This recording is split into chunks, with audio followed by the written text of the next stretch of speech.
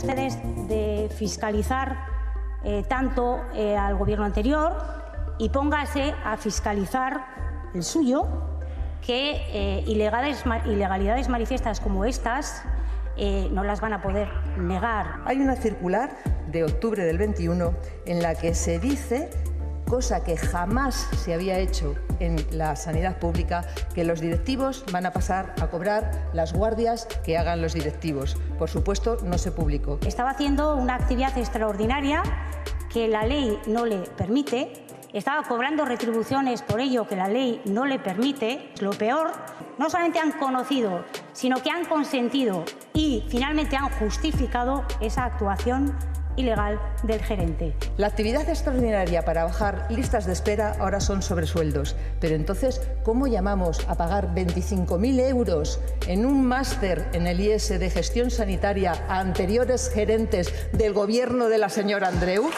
Señora Martín, no venga usted diciendo ahora que usted no tiene nada que ver con esto o no, que nada tiene que decir con esto. Usted ha estado en esto desde el primer momento, desde que accedió al gobierno y desde que el señor gerente del SERIS el 16 de agosto ocupó ese cargo. De esto sí que no le van a poder echar la culpa a ustedes, ni al gobierno de España, ni al gobierno anterior. Toda la actividad que se ha pagado dentro de este gobierno ha sido para bajar las listas de espera, cosa que se está consiguiendo y cosa que es la única razón por la que estamos oyendo estos nervios y por la que estamos oyendo cada día más exabruptos y más elevación de tono. Vamos a seguir trabajando.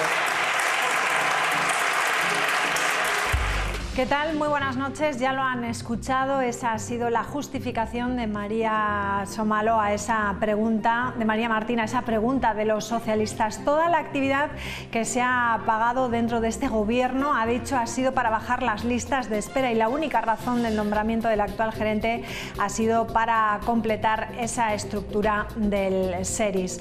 Las listas de espera que daba a conocer además esta semana el propio Ministerio de Sanidad a fecha de diciembre de 2023. Según este informe, en La Rioja hay 8.505 riojanos en lista de espera para ser operados, con una media de unos 106 días. Eso supone 22 días menos que la media nacional.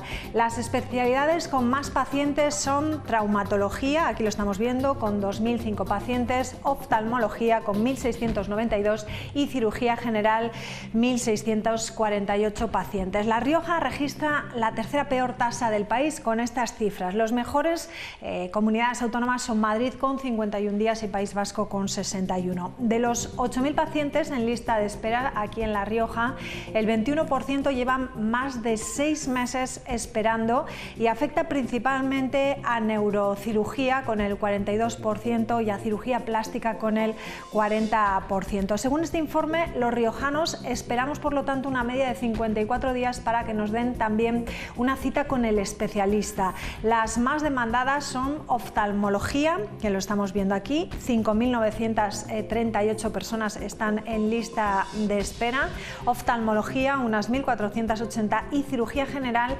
están esperando a que les den una cita con los especialistas, como estamos viendo. Bueno, pues ante estas cifras la Consejería de Salud salió al paso esta misma semana para corregir los datos. Recalcó que las cifras dadas son de diciembre de 2023, pero que ahora mismo esos 106 días han bajado a 76 días de espera quirúrgica en nuestra comunidad. La consejera atribuye esta bajada de la demora a la recuperación de los conciertos privados con la Clínica Los Manzanos y también con la Clínica Montpellier de Zaragoza. Asegura además que el número de personas que esperaban más de 300 días es ahora 10 veces inferior. Escuchen. Pero sí les puedo decir que la bajada del número de pacientes que estaban esperando más de 300 días se ha bajado hasta 10 veces. Lo mismo en el caso de las personas que estaban esperando más de 200 días, que ahí ha sido un decremento de la cifra en 3 veces. Y en el caso de personas que estaban esperando más de 100 días, lo hemos reducido también a la mitad.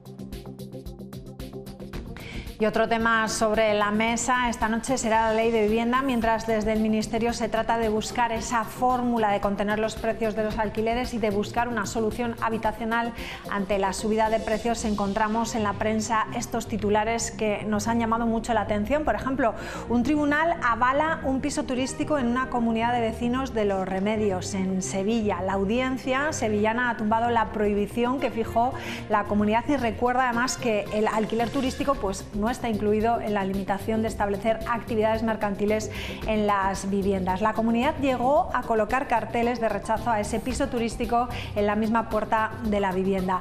Otro titular que también nos ha llamado la atención es que el Banco de España señala a los pisos turísticos como foco de alza de los alquileres. La entidad apunta también a la incidencia del comprador extranjero en las zonas más turísticas de nuestro país.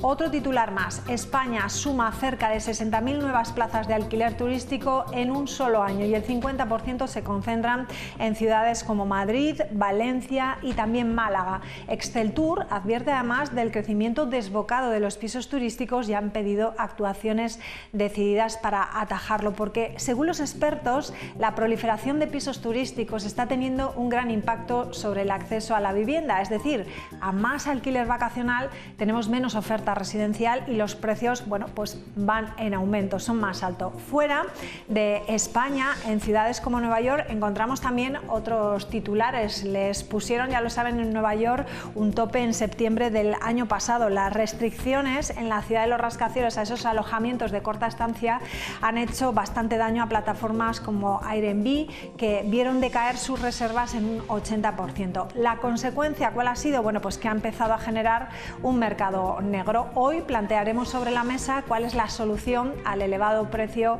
de la vivienda. Y es que además, lo recordamos, el Gobierno de Sánchez ha planteado buscar fórmulas de financiación extra a las comunidades autónomas que fijen las zonas tensionadas. De esta forma quieren salvar la oposición de comunidades gobernadas por el Partido Popular a la ley de vivienda. Ayer, recordamos, Izquierda Unida afirmaba que la vivienda no puede ser un negocio y que Logroño podría acogerse a ser zona tensionada. La principal medida es que hay que aplicar en La Rioja, especialmente en Logroño, la ley de vivienda y hay que declarar Logroño como zona tensionada. Logroño cumple con los dos requisitos necesarios para poder declararla como zona tensionada. Los expertos calculan que esto podría reducir en las zonas más tensionadas de la capital los alquileres en torno a un 30%. El Gobierno de La Rioja no puede renunciar a reducir estos precios de alquileres. Y este domingo 21 de abril se celebran las elecciones vascas. ¿Quién será el sustituto del lehendakari Iñigo Urkullu? Pues así podrían resultar las elecciones vascas si nos basamos en las diferentes encuestas realizadas en los últimos días. El gobierno vasco está conformado hasta ahora por una coalición entre el PNV y el Partido Socialista de Euskadi. Nos encontramos ante una situación política nacional tensa, podríamos decir, y estos comicios podrían ser bastante clarificadores del devenir de nuestro país. Por lo tanto, EH Bildu asciende o ascendería el domingo a primera fuerza política, eso podrían decir las encuestas, aquí lo estamos viendo. El PNV bajaría a algún escaño ligeramente con respecto a otras encuestas que hemos visto en los últimos días. El Partido Socialista podría ser un partido nuevamente decisivo. El PP acabaría como cuarto partido más votado. El Partido Popular en el País Vasco alcanzaría un escaño más del que se pronosticaba en las primeras encuestas que conocíamos, pasa por lo tanto a tener entre 6 y 7 escaños y pocas opciones para el resto de partidos como Sumar o Vox.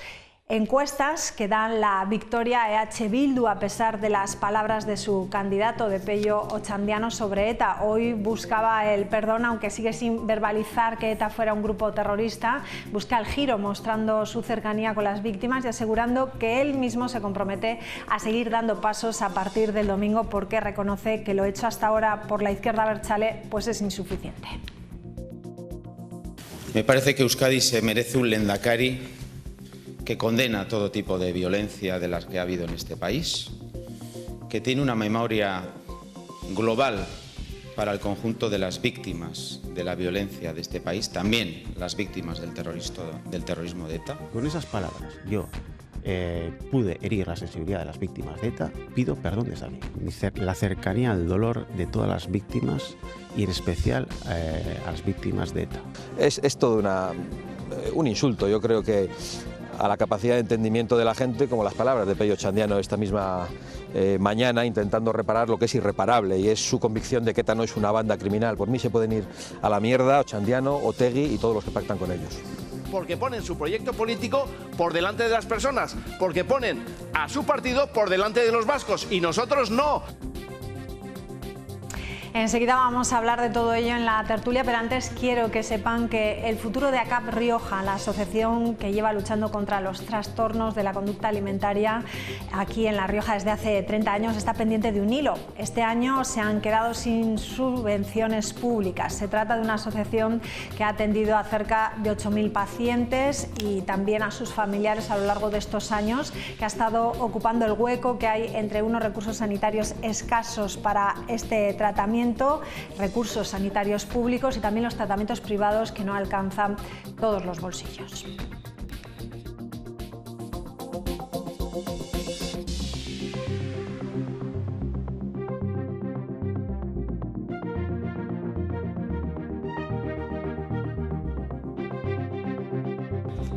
Bueno, pues vamos a hablar con Gloria Martínez, presidenta de ACAP Rioja. ¿Qué tal? Muy buenas noches. Hola, buenas noches. Gloria, cuéntenos qué es lo que ha pasado para que no cuenten este año con subvenciones. Bueno, según dicen, es que no hemos estado a tiempo, pero la verdad es que no se nos ha avisado con tiempo, eso sí que es así. ¿Existe alguna fórmula para enmendar este error? ¿Se puede hacer algo para optar a ellas? Vamos a ver, este año vamos a tener que hacer los socios un esfuerzo tremendo, dado que simplemente tenemos un pequeño remanente e incluso los grupos de familiares se dan en Ibercaja, porque nosotros hace unos años que no tenemos sede, pero sí que es verdad que hasta Ibercaja, que nos cobraba un poquito, ¿no?, por el alquiler del aula, este año se nos ha comunicado que no se nos va a cobrar nada para ayudar un poquito a la asociación. De todas maneras, bueno, vamos a tener que hacer un esfuerzo tremendo. Los socios no somos muchos, es una asociación pequeña y yo pienso que también las asociaciones grandes se merecen todo. Pero con nosotros este año se ha cometido una injusticia. Las cosas claras. Dice, luego en el periódico decían, cuando se nos hizo una entrevista a la propia Consejería de Salud, es que se han extrañado los funcionarios que no hemos querido pedir la subvención, cosa que no es real. O sea, están diciendo algo que no es real, porque nos avisaron 48 horas antes de que se acababa el plazo, cosa que antes se nos avisaba por correo electrónico que duraba hasta que se cerraba todo 15 días. Es que con 2 días nuestros profesionales, los que colaboran con nosotros, los psicólogos, pues no pueden hacer un programa en 48 horas. Es que eso es impensable. Entonces, ha habido un error por parte de Consejería de Salud. Llevamos 28 años trabajando, recuperando a muchísima gente. Tenemos unos psicólogos extraordinarios que colaboran con nosotros desde hace tantos años y esta injusticia, si el resto de asociaciones, que yo también he hablado con las asociaciones de salud y todos dicen que es una injusticia, incluso 5 asociaciones, pero ya digo, por poco no se han quedado sin subvención, porque se lo cogieron a última hora, pero es que nosotros mandamos un correo electrónico el mismo día, a las 10 menos cuarto de la noche. Entonces, pues ya dijeron que lo habían recibido, pero que ya no entrábamos en plazo. O sea, ha sido tremendo esto. Ha sido, por lo que veo, un batacazo muy importante. Hasta ahora, como dice, les avisaban por correo electrónico y este año no ha sido así. Bueno, ustedes en el año 2020, y lo ha contado ahora, cerraron su sede al principio de la pandemia. ¿Qué consecuencias ha tenido a lo largo de estos años el cerrar la sede, o eso no se ha notado? Porque, como decía también, en Ibercaja ustedes siguen pues con esa ayuda. ¿Se ha notado el cerrar la sede en 2020? Vamos a ver, cuando en 2020 ya no podíamos soportar el gasto, porque el piso, tengo que decirlo, estaba cedido por el gobierno de La Rioja, ahí en el Espolón. Pero claro, en el momento en el que no podíamos mantener los gastos que generaba tener la sede abierta. Y ya pensábamos que cerrábamos del todo, pero se me ocurrió la idea que por qué no atender a la gente vía online. Y la verdad es que vamos teniendo un éxito muy grande. La gente que nos llama, se les hace videollamada por WhatsApp, y está todo súper controlado. Y luego los psicólogos que nos apoyan en las terapias, pues están ahí, no nos han dejado en ningún momento. En el gabinete privado de un psicólogo están los grupos para pacientes, y nosotros en Ibercaja tenemos los grupos para familiares. Está funcionando todo bastante bien. Yo no pensaba que iba a estar funcionando tan bien, pero a veces les hacemos llamadas en grupo, a todos los socios. Bueno, hoy me estarán viendo casi todos porque les he avisado. Y bueno, la verdad es que vía online también, claro, me gusta lo presencial, ¿no? Pero vía online nos está funcionando bastante bien, y luego ya del resto presencial pues se encargan los psicólogos y colaboran con nosotros. En ese aspecto estamos contentos, pero claro, los grupos a los psicólogos hay que remunerarles. Entonces este año tenemos un pequeño remanente, y lo que vamos a tener que hacer, ya hemos hablado con un banco, pues una cuenta de crédito o algo así, porque claro, no podemos permitirnos el lujo de que tanto pacientes como familiares, que ese lujo se lo ha permitido la Consejería de Salud, y no hay que dejar a pacientes sin familiares, sin la terapia de la asociación. Es una aberración total. Le iba a preguntar qué presupuesto necesitan aproximadamente al año y en qué se invierte, pero creo que me ha contestado, ¿no? Se invierte en esos psicólogos principalmente porque sede en principio se la dejan gratuitamente, ¿no? Sí, es que los psicólogos ceden sus instalaciones de sus gabinetes para que allí se puedan llevar a cabo, por ejemplo, los grupos para pacientes.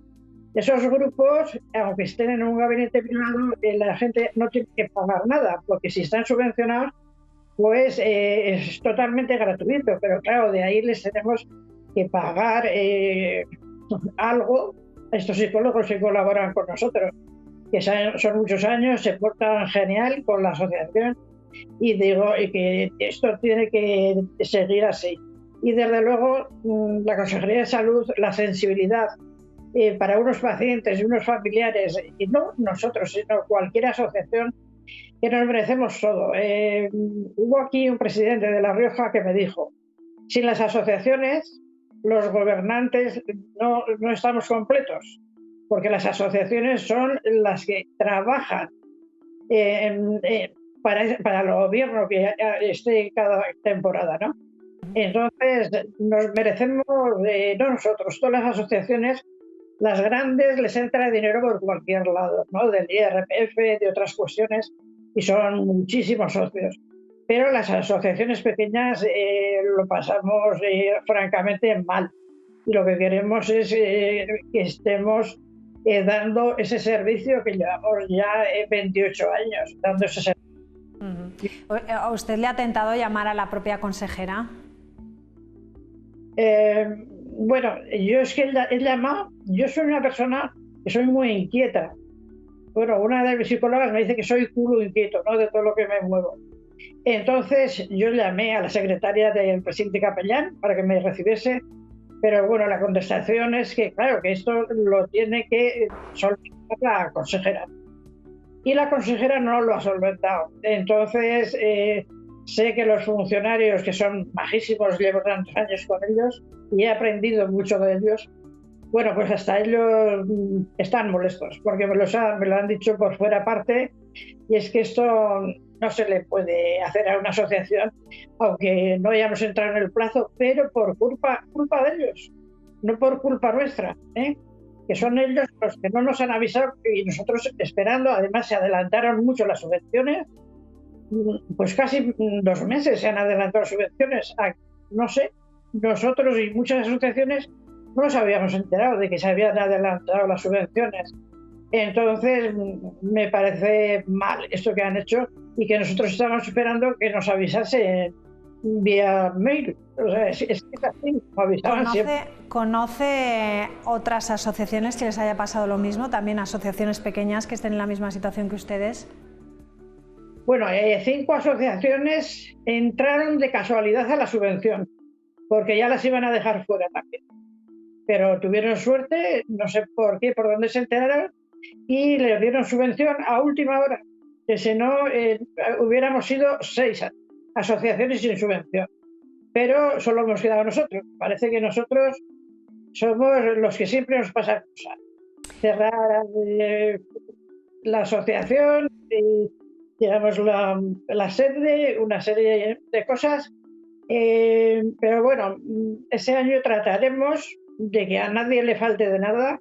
Va a ser con un esfuerzo económico por parte de la asociación bárbara, porque nosotros tendremos que pagar todo el trabajo que van a hacer esos psicólogos.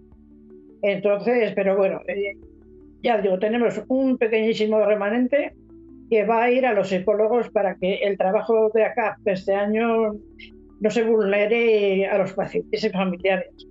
Y los grupos. Bueno, pues nos quedamos pendientes de qué es lo que va a pasar, porque bueno, a lo mejor en los próximos días la consejera se puede reunir con usted y aclarar o ver de qué forma se puede solucionar, o me imagino que ustedes estarán trabajando también en buscar, como dice, otros tipos de financiación aparte de ese remanente que tienen. Una última cuestión, porque estamos hablando de unos trastornos que en vez de decir que decaigan, ¿no?, van en aumento, anualmente suben un 30% y eso preocupa y mucho. A ver, durante la pandemia han subido estos trastornos, y además de estar en casa, otros pacientes nuevos, un 30% a nivel nacional y a nivel mundial. El otro día me comentaban que en una entrevista la Asociación de Zaragoza, pues que han visto que han subido mucho, incluso de 10 años en adelante, las niñas y niños, más niñas que niños, eso es la verdad, pero es que ojalá tuviéramos que cerrar todas las asociaciones de la Federación, porque acá pertenece a la Federación Española de Trastornos Alimentarios, de la cual fui su primera presidenta, y ojalá tuviéramos que cerrar todas. Eso lo hablamos muy a menudo. Pero tristemente esto es así. El trastorno alimentario es un trastorno silencioso, pero que galopa rápido y cada vez hay más pacientes. Y pacientes mayores. Nos están viniendo muchos de ingesta compulsiva, de trastorno por atracón, pues muchos trastornos en menopausia. La gente no se puede imaginar lo que hay de no estar aquí en este colectivo u otros que sean iguales. Pues Gloria, lo vamos a dejar aquí. Nosotros estamos para lo que necesiten y estaremos pendientes a ver lo que pasa con la asociación, que podemos decir a todas las personas, a todos los pacientes, a aquellas personas que estén interesadas, bueno, que la asociación va a seguir ahí a pesar del gran esfuerzo que van a tener que hacer este año y que van a seguir con su trabajo. Gloria, muchísimas gracias por atendernos. Buenas noches. Gracias a vosotros por la sensibilidad que habéis mostrado. Gracias. Regresamos entonces en unos minutos con la tertulia. Enseguida vamos a hablar del pleno de esta mañana, del cruce de acusaciones entre la consejera de Salud María Martín y la ex consejera de Salud María Somalo sobre el gerente del SERIS. De esos y otros temas hablamos en unos minutos en el debate de esta noche. Hasta ahora.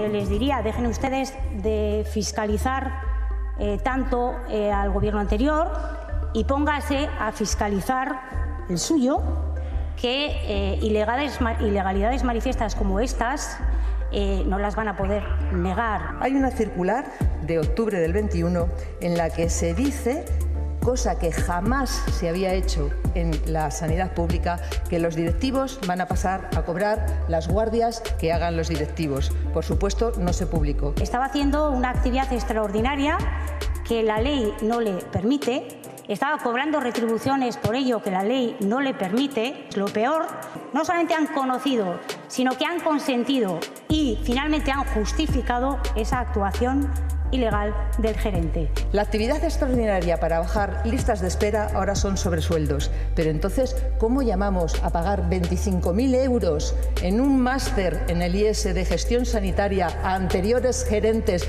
del gobierno de la señora Andreu?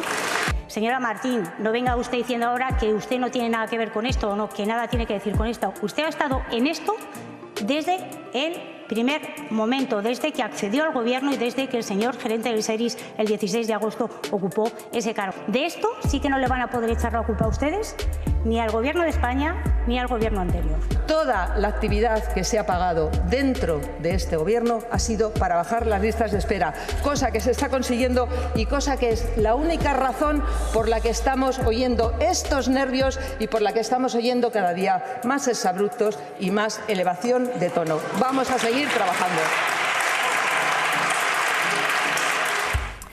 Bueno, pues vamos a saludar a la mesa. Marco Lain, ¿qué tal? Muy buenas noches. Buenas noches. Victoria y Pablo, ¿qué tal? Muy buenas noches. Buenas noches. Y Rubén Gil Trincado, buenas noches. Hola, muy buenas. ¿Cómo estáis? Bueno, ¿qué os ha parecido la justificación que parece que da María Martín para haber quitado al gerente del SERIS, ¿no? Y haber hecho un nuevo nombramiento?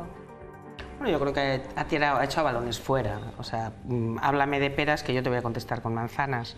O era legal el cobro de los sobresueldos y su actividad como anestesista y el cobro de las pionadas compatible con la gerencia del SERIS, o no lo era, y no lo es. Es radical, totalmente incompatible.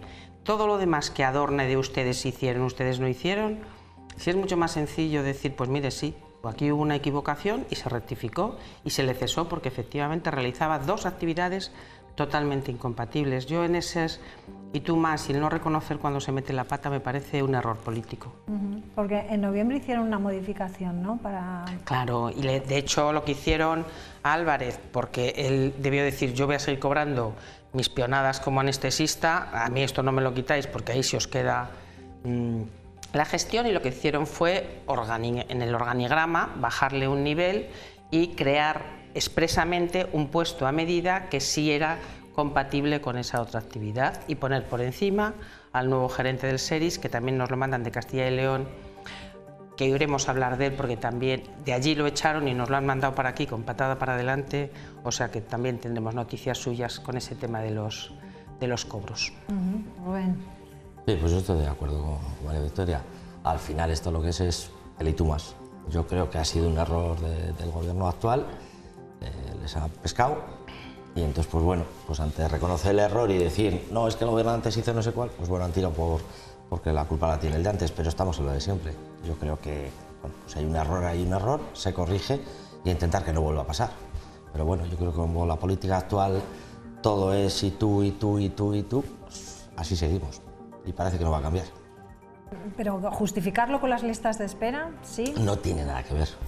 Es que a nadie se le escapa que la actividad de este señor no creo que sea el que ha arreglado la lista de espera, que yo no sé si las han arreglado o no, ahí están los datos oficiales. No sé, me parece una justificación pues que de alguna manera tienen que adornar el florero y por ahí han ido.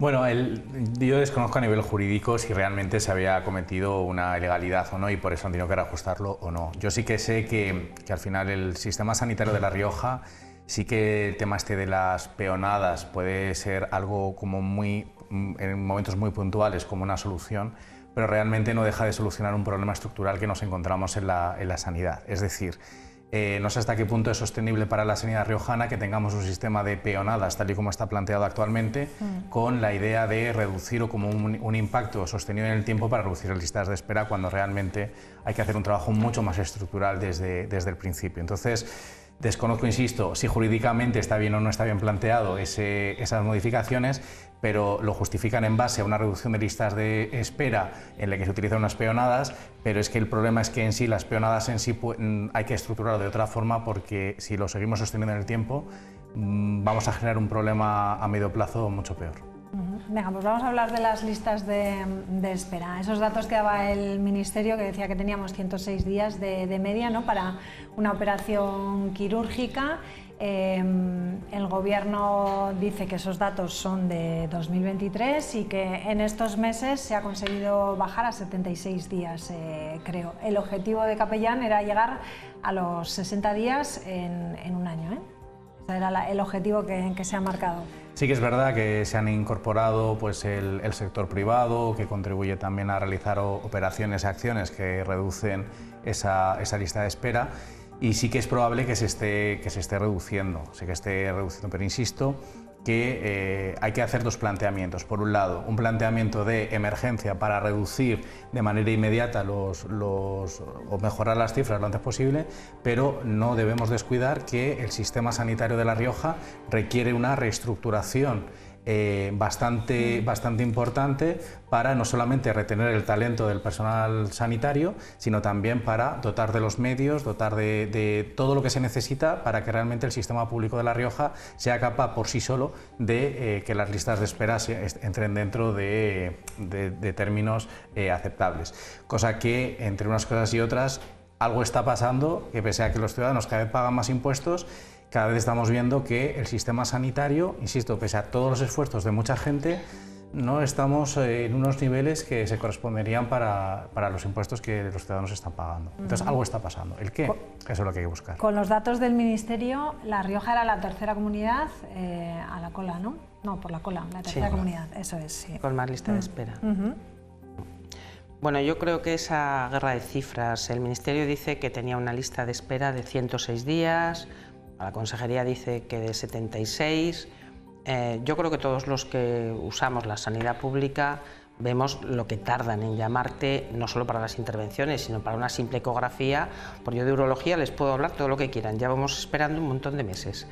Y entonces coincido totalmente con Marco Lain que el problema es estructural. O sea, aquí se nos van a jubilar en atención primaria, en los próximos 5 años, el 40% de las plantillas. Y hemos visto cómo las pruebas MIR de los últimos días, hubo provincias donde no fue nadie para atención primaria, donde nadie eligió médico de familia. Entonces, ¿qué le pasa a La Rioja? El plan de choque del gobierno anterior lo dejó en 100 días, aquí con una pandemia por medio, siguen trabajando para reducir esas listas, pero la realidad es que no somos competitivos en el sector sanitario porque estamos rodeados por comunidades como el País Vasco o como Navarra que pagan mucho mejor a los profesionales. Entonces coincido en que hay que hacer un plan de choque pero estructural. A mí lo de externalizar, aquí tenemos dos modelos muy claros. El gobierno anterior que internalizó el Hospital de Calahorra, las ambulancias, y este gobierno que es partidario de la colaboración público-privada y rápidamente externaliza hacia los manzanos. No voy a valorar, aunque yo evidentemente prefiero el primer modelo. Pero indiscutiblemente lo que sí tiene que hacer es un plan de choque urgente para captar profesionales. Y hay una cosa muy clara, pagarlo. Si se paga, no te preocupes que te viene gente de Navarra, lo mismo que se van de Logroño a Navarra, se vienen de Navarra aquí. Es una cuestión de oferta y el plan de choque es mucho más importante incrementar plantillas y atraer talento, que efectivamente, como decía Marco Lain, lo de las peonadas, que pasa por cierto en toda España, y que al final se acaban convirtiendo en triquiñuelas de que hago solo 4 operaciones por la mañana y luego hago 6 por la tarde. Entonces, el plan de choque tiene que ser no dejar que se nos sigan marchando los profesionales, que se nos van a jubilar y que es una plantilla muy envejecida. Bueno, pero también viene de lejos, ¿no? Quiero decir que el problema sí, viene de hace 20 años. Por eso. No es de antes de ayer, pero evidentemente tiene que haber un plan de choque ante unas cifras que están ahí.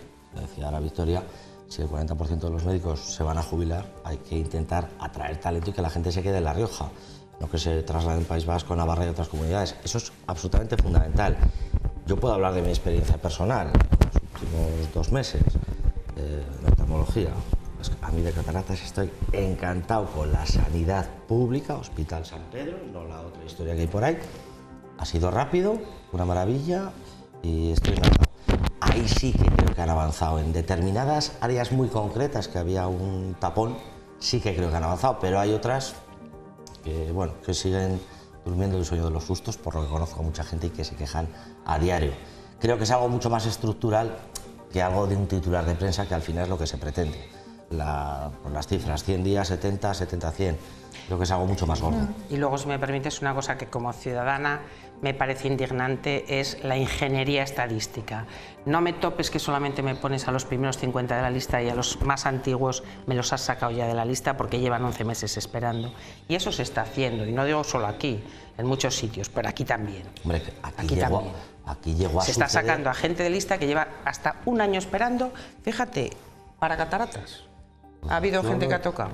Yo de mi experiencia, encantado. ¿Pero por qué se sacan de esa lista? No sé, aquí antaño... Porque las topan, claro, porque solamente se publican los 50 o los 60 o los 70. Se han publicado también los que llevan más de 6 meses, o claro, los que llevan más de se van tocando. Bueno, aquí hubo gobiernos, hermanos del actual, donde si te llamaban de UNECA, de la clínica privada, y decías que no querías ir, que querías ir a la sanidad pública, te decían, pues hala, otro año. Eso lo he visto yo. Eso lo ha reconocido alguien que fue consejero, entonces a mí eso me parecía tremendo. Decía, bueno, pues alguien elige dónde quiere operarse, por su tranquilidad o por su seguridad o por su pensamiento.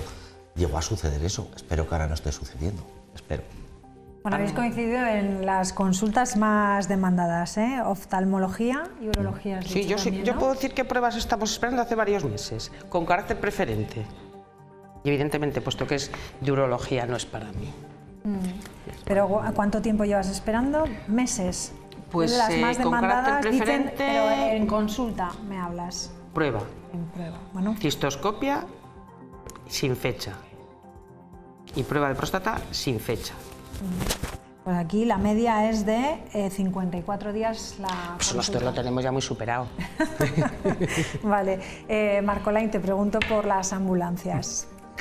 Bueno, hay que decir que estamos viendo cómo toda la plantilla de la sociedad pública de La Rioja Cuida se está movilizando en las últimas semanas por la mejora de sus condiciones, algo tan sencillo como simplemente negociar un convenio que lleva varios años caducados, y hay que saludar que por fin se haya elegido un gerente, Alberto, que va a ser la persona encargada de dirigir esta nueva etapa de la sociedad que, como bien decía Victoria, el Partido Socialista creó la internalización del transporte sanitario. Antes estaba en gestión privada, ahora está en gestión pública, al igual que el centro de emergencias.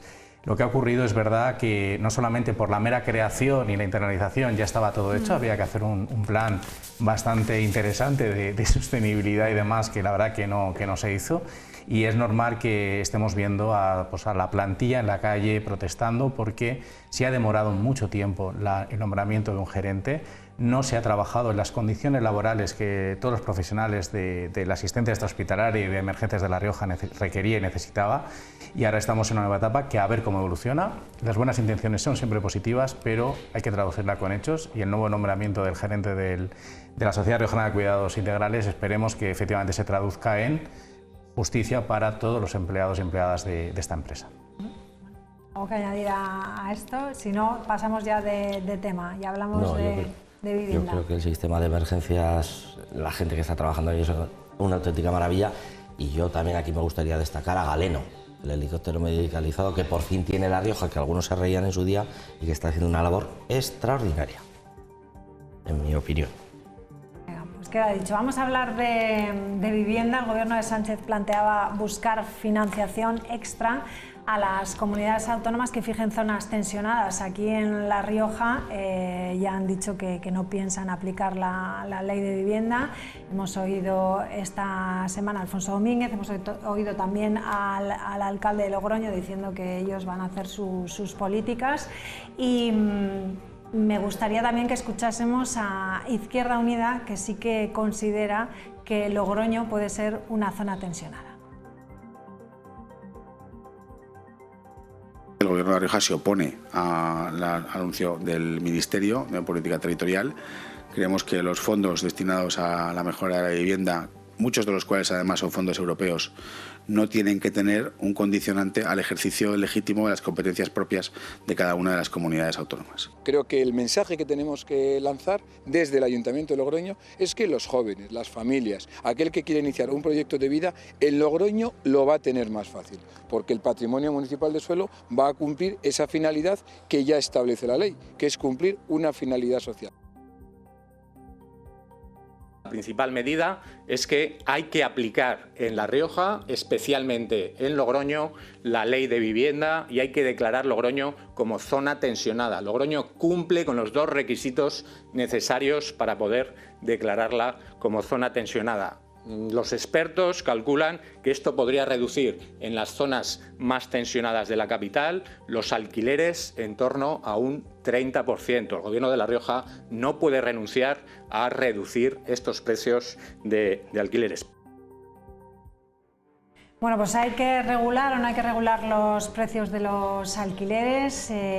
Lo que está haciendo mucho daño parece ser que son los alquileres turísticos, ¿no? Y quería que vieseis también algunos titulares que hemos encontrado que nos han llamado la atención, como por ejemplo un titular en Sevilla donde una sentencia pues parece que le da la razón al propietario de ese piso turístico en una comunidad de vecinos y dice que puede hacerlo. Hasta ahora, Victoria, aquí en España, si una comunidad se oponía a que hubiese un piso turístico, no se podía hacer, ¿no?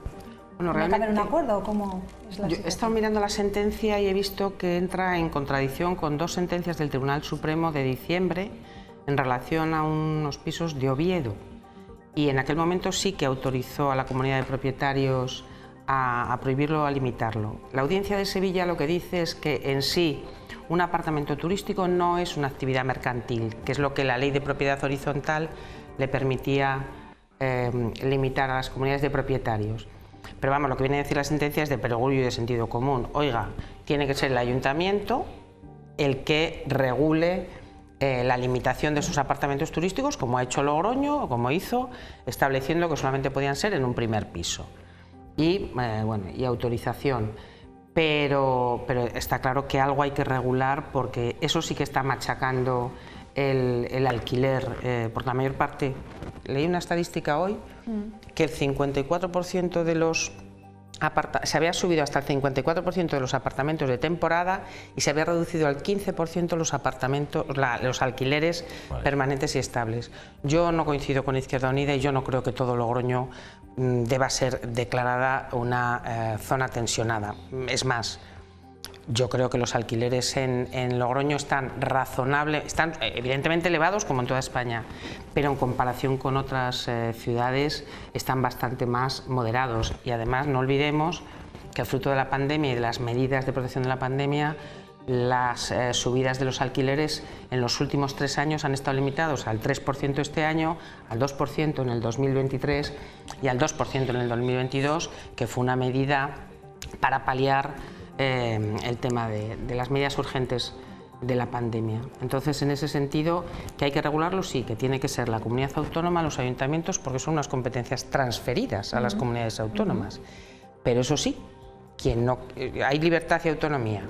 El alcalde de Logroño y la comunidad autónoma dicen que ellos no van a regular nada, vale, pero el gobierno del Estado ha dicho muy claramente: yo mis millones de ayuda voy a ser para quien agarre el toro por los cuernos y limite o declare zonas tensionadas donde las haya. Y seguro que en Logroño alguna pequeña zona, que todos sabemos cuál es, está.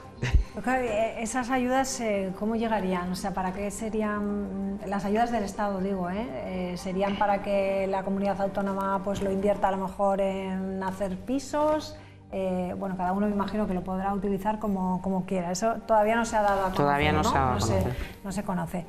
¿Qué te parece, Marc Olain, de qué forma se puede solucionar esto? Yo creo que sí que hay un vacío legal, ¿no? Con los apartamentos turísticos han crecido una barbaridad y algo hay que hacer, porque mira, en Nueva York la solución no ha funcionado. Es que yo lo veo muy complejo porque hay muchos frentes en materia de la vivienda. La realidad es que hay muchas familias que no pueden acceder a la vivienda pese a ser un derecho reconocido por la cuestión de que no se lo pueden permitir. Y que alguien no se pueda permitir vivir bajo techo me parece un auténtico escándalo en un país democrático como es España. ¿Qué es lo que sucede? Ocurren muchas cosas, están pasando muchas cosas. Por un lado, personas de un nivel de edad que por herencias o porque por capacidad económica, por lo que sea, han hecho acopio de bastantes inmuebles que luego lo ponemos en alquiler. Eso hace que también el precio de compra, pues obviamente las personas que quieren acceder a una primera vivienda, esto es importante, no pueden acceder porque no se lo pueden permitir, y más con las exigencias financieras que hay hoy en día.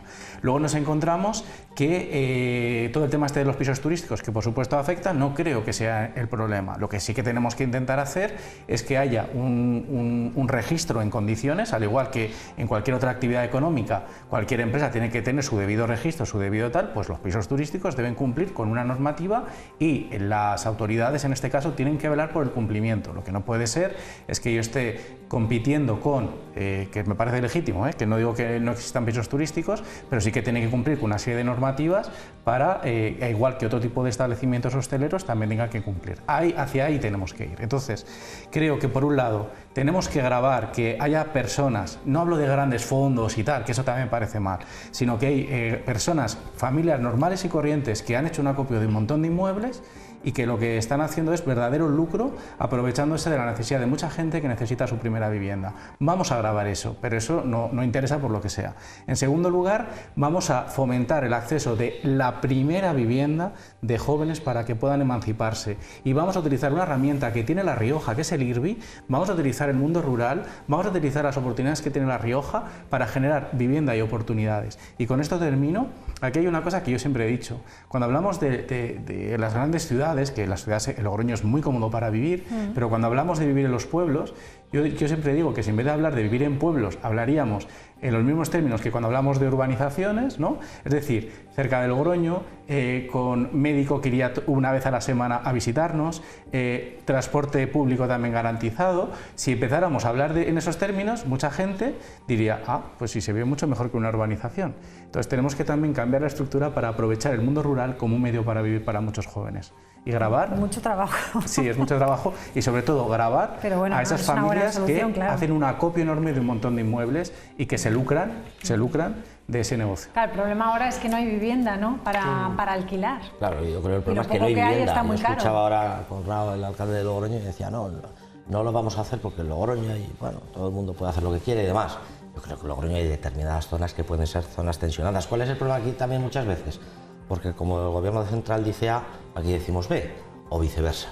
Y al final, si no hay un acuerdo, pues todo el mundo acaba perdiendo.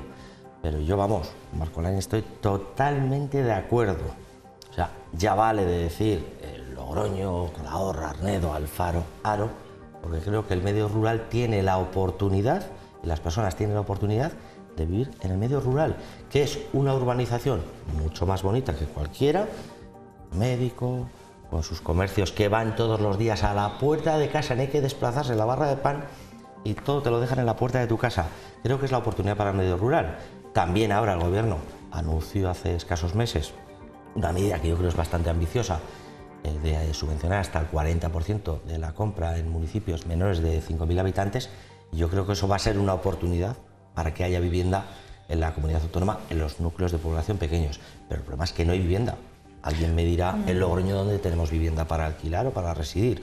Pública. No existe. Si me permites, María, eso en cuanto al mundo rural es algo minoritario. Todos los estudios prospectivos dicen que en un plazo de 20-30 años el 80% de las personas vamos a vivir en ciudades, y eso está claro. Otra cosa es Villamediana, Lardero, pues yo estoy el área metropolitana. Bueno, tú estás en contra y además hay que ir al medio rural. Alabo tú la zona de Locom, pero la realidad es esa. La política de vivienda, como hemos hablado antes de la sanidad, es una política a larga duración. Y estamos pagando el pato todavía de la liberalización del suelo de 1985 de José María Aznar. O sea, que es que... O de 1995, perdón. 95. Todavía estamos pagando ese pato cuando se dijo, no, aquí lo que hay que hacer es ofrecer todo el suelo del mundo, que todo sea edificable, menos lo especialmente protegido. ¿Qué pasó? Que los grandes operadores de suelo acapararon suelo y se acabó gestando la burbuja inmobiliaria del 2008.